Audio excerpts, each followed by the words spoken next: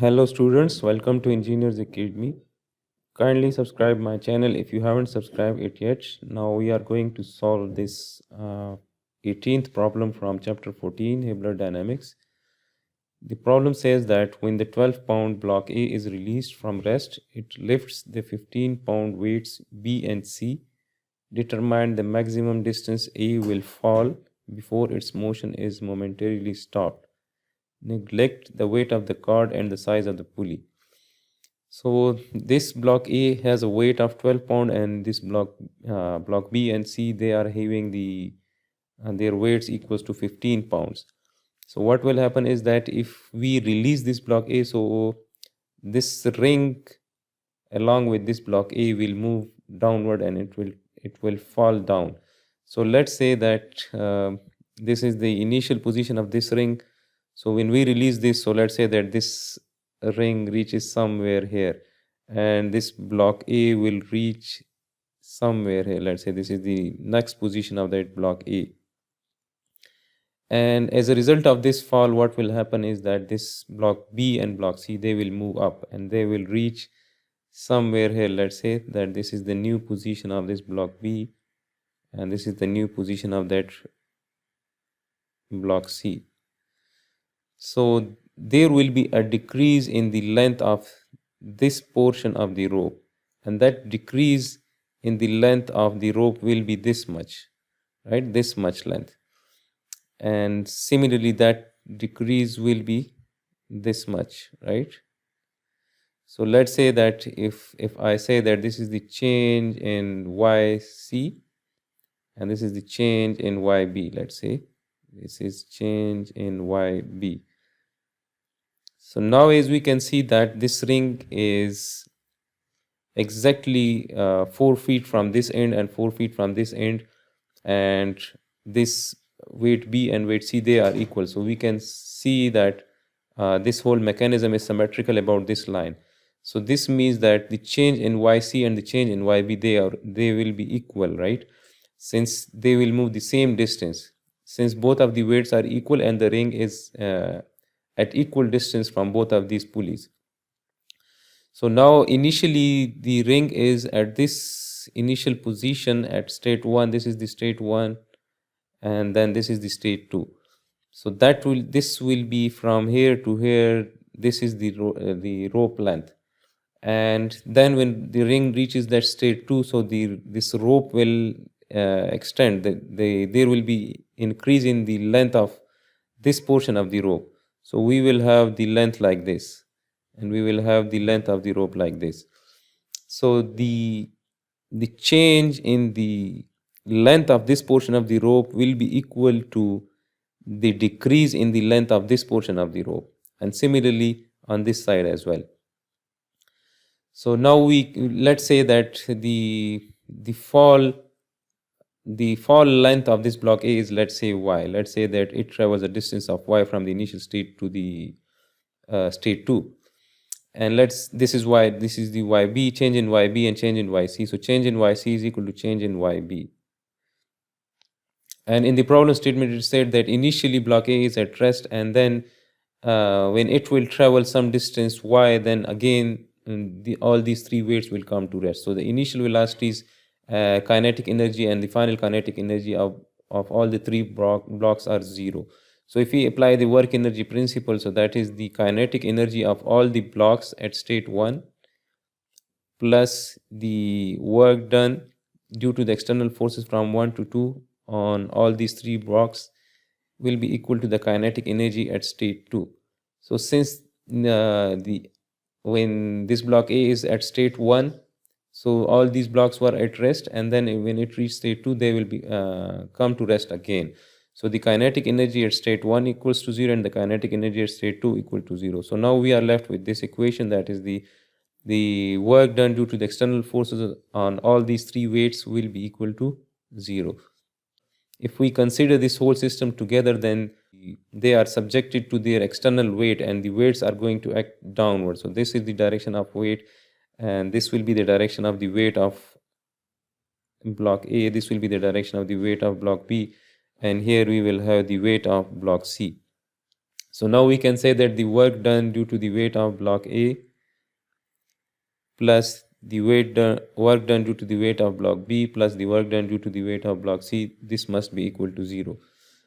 And now we can write that the work done due to the weight of block A will be equal to the weight of block A times the change in Y plus the work done due to the weight of block B is the weight of block B multiplied by the change in YB plus the work done due to the weight of C will be weight of C multiplied by the change in the vertical position of that block C. So that is YC, and this is equal to 0.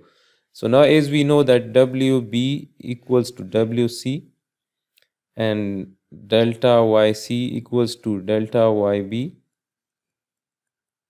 So we can add up both of these. This WC we can add, that is WC will be WB and this YC will be equal to YB. So now we can write that WA delta Y plus 2 WB delta YB, and this is equal to 0. So now the change in the vertical position of WA is this much. This is Y. So delta Y for WA is Y only. And we have to find that delta YB. So the change in YB. So the change in YB will be the decrease in the length of this portion of the rope. And that decrease in length will be equal to this length minus this stretch length 4 feet. So now let's say if I name this center of the pulley at this point as point A, and let's say this is point B, and this point is, let's say, point C. So we have this ABC triangle. So we can say that the change in YB equals to that AC length minus that AB length. So this will tell us the increase in the length of this AB portion of the rope, and that will tell us the decrease in the length of this portion of the rope, or that will tell us the distance that this block B and this block C moves up, right? So that is delta YB. So delta YB is AC. So we can find AC if we consider this right angle triangle, and if we apply the Pythagoras theorem, so this will be 4 square, or we can say this will be Y square plus that 4 square under the square root. This is that the hypotenuse of this right angle triangle minus AB, and AB length is 4 feet. This is 4. So now this is the change in YB. So now if I put all these values in this equation, so weight of A is 12 pounds multiplied by the change in Y of A is Y. So I will multiply it with Y, so 12Y. And now as we can see that the weight of this block A is acting in the downward direction, and from when it moves from state 1 to state 2, so it travels a distance of Y in the downward direction. So the weight and the distance traveled are in the same direction. So this means that this is the positive work done, remember. And similarly for weight B, the weight is acting in this direction and the distance traveled is in the opposite direction. So this means that the work done due to the weight of B and the work done due to the weight of B is the negative work. So we have to include that minus sign here. This will be the negative work done. So now from this equation we can write that this is minus plus into minus 2, and weight of B is 15, and the change of YB is this much. So I will write that this is multiplied by Y square. 4 square is 16, square root minus 4, and this is equal to 0. And if I bring this whole term to the other side of equation, so it will become positive. So we will have the equation like this. And similarly, if I divide both sides by 2 into 15, so this is 12 divided by 2 into 15 y, and we will be left with this y square plus 16 under the square root minus 4. So 12 divided by 30, 2 into 15 is 30. So 12 divided by 30 gives me 0.4. So this is 0.4y. Let me write that this is 0.4y. And now if I bring this minus 4 to this side of the equation, so we will have plus 4. So this is 0.4 y plus 4 equals to y square plus 16 under the square root. And to cancel out the square root, we need to take the square on both sides. So this will cancel out and we will be left with, if we apply the square, so this will be 0.4 y square plus 4 square plus 2 into 4 into 0.4 y. And this will be y square plus 16. So 0.4 square is 0.16.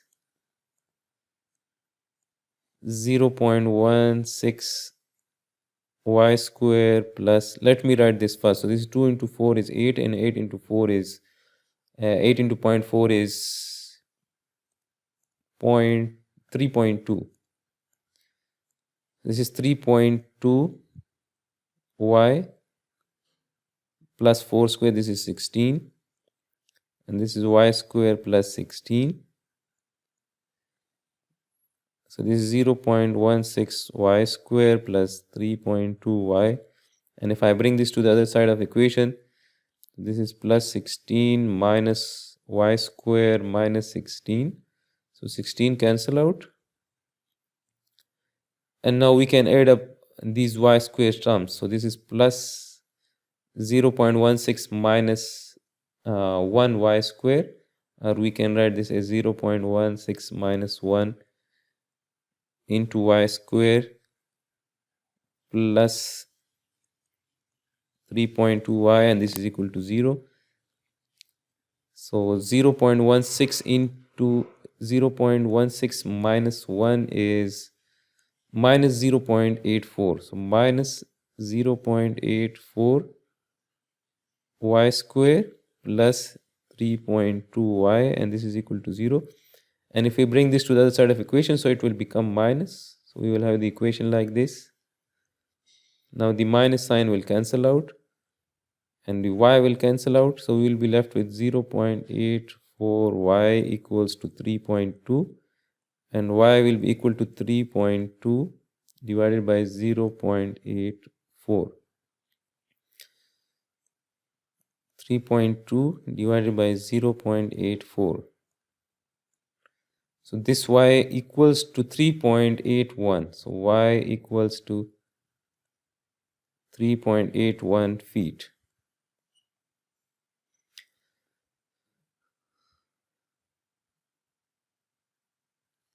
So the maximum distance this block A will travel when it is released from this state 1, so it will travel a distance of 3.81 feet. So this is the solution of this particular problem. I hope this will help you in your learning. Kindly let me know if it helps in your learning in the comment section. Also subscribe my channel for the solution of such more problems from Hibbeler Dynamics.